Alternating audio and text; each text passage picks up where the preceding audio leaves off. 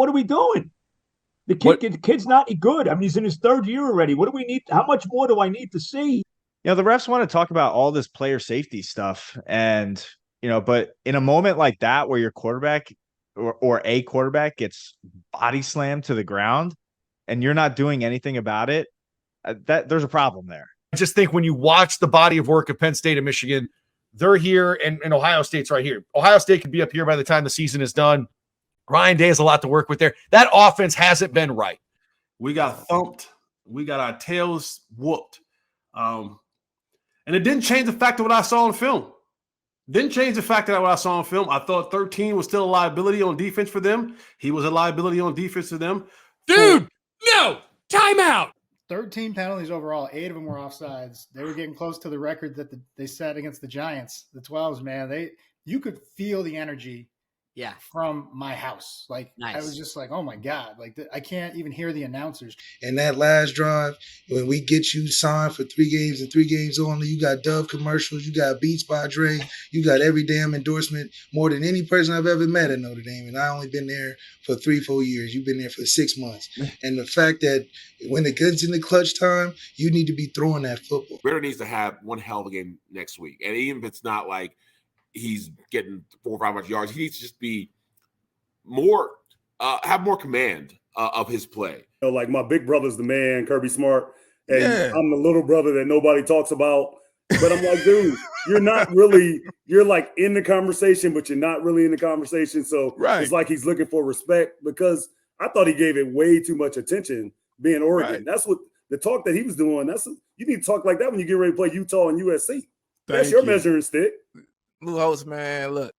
Yeah. He earned that him or Ryan Day firing off him.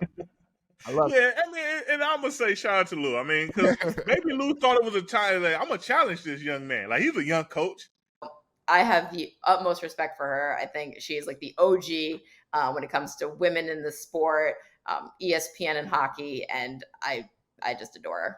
Yeah, and you've been paying it forward too. I see how you treat the younger women in the industry also, and I'm sure, they obviously would say the same things about you, Oh, thank you. It's funny, like, to quote Taylor Swift, I think this is a Taylor Swift quote. I saw it attributed to her once, and I've like completely regurgitated it, but there's a special place in hell for women who are mean to other women. We can't have wide receivers jumping off sides. Calvin Ridley, I was the leader of the Calvin Ridley hype train too.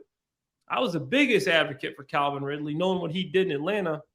This guy didn't even help the team at all. DeMar said in his post-game presser that he spoke to the offensive coordinator about ways that they can get him the football. So I assume that he probably took some ideas to the offensive coordinator and said, hey, find me here, put me here, let me get in my sweet spot.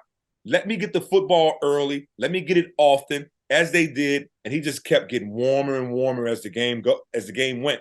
That decision being made by Coach Josh Daniels, he can have it.